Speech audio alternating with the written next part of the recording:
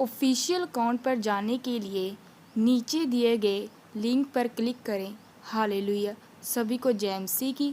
स्वागत है आपका हमारे चैनल जीसस फेवर में। आज का वचन मेरी भविष्यवाणियों की पुस्तक में से लिया गया है, जो कि परमेश्वर के प्रिय दास प्रेरित अंकुर यूसुफ नरूल्ला जी के द्वारा लिखा गया है।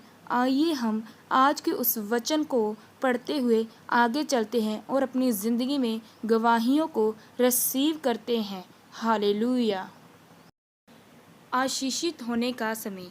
प्रेरितों के काम 14 उसकी 5 और 7 आयत में लिखा है, परंतु जब अन्य जाति और यहूदी उनका अपमान और उन पर पथराव करने के लिए अपने सरदारों समेत उन पर दौड़े, तो वे इस बात को जान गए और लुकाउनिया के लुस्रा और दिरबे नगरों में आसपास के प्रदेशों में भाग गए और वहां सुसमाचार सुनाने लगे। मेरे प्रियो, आप जानते हैं कि अपने सुसमाचार को लोगों तक पहुंचाने के लिए परमेश्वर ने पौलुस को चुना था, परंतु पौलुस को भी यह काम करने के लिए सहायक की जरूरत पड़ी। बाइबल में पौलुस ही वह प्रेरित है जिसने सबसे ज़्यादा प्रभु यीशु मसीह का सुसमाचार अलग अलग देशों तक पहुंचाया और प्रचार किया और सबसे ज़्यादा पत्रियों को लिखा। लेकिन अपनी ईश्वरीय बुलाहट को पूरा करने के लिए पौलुस को भी कुछ फैसले, कुछ कदम उठाने पड़े। जब हम बाइबल में प्रेरितों के काम 14 अध्याय में पौलुस के बारे में पढ़ते हैं तो लिखा है कि जब पौलुस इकुनियुम में परमेश्वर के बारे में प्रचार कर रहा था, तो यहूदी लोगों ने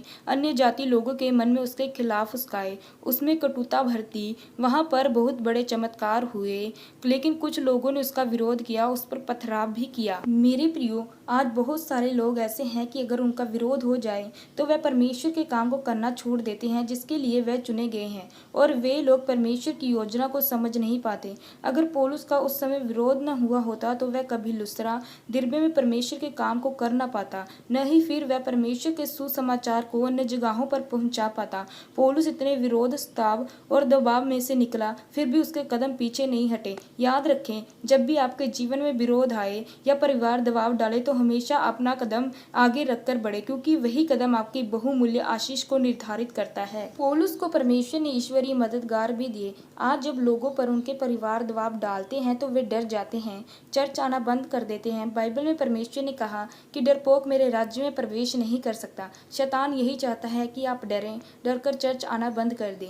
इसीलिए मेरे प्रियो, अगर आप परमेश्वर की मर्जी को अपने जीवन में पूरा करना चाहते हैं तो आपको अपने जीवन में कुछ कदम, कुछ फैसले उठाने पड़ेंगे। आपको विरोध, स्ताव, दबाव के बाद भी पीछे नहीं बल्कि आगे की तरफ अपने कदम बढ़ाने हैं। आमीन। आइए हम सामर्थी प्रार्थना की ओर चलते हैं। हालेलुया। सर्वशक्तिमान परमेश्वर, इस वचन के लिए मैं आपका धन्यवाद करता हूँ। परमेश्वर, मैं अंगीकार करता हूँ कि मैं अपने दुख और विरोध के समय में भी अपने कदम आपकी ओर बढ़ाऊंगा और आपकी महिमा को अपने जीवन में पूरा करूंगा। आमीन। यहोवा परमेश्वर आप सभी को आशीषित करें। हालेलुया।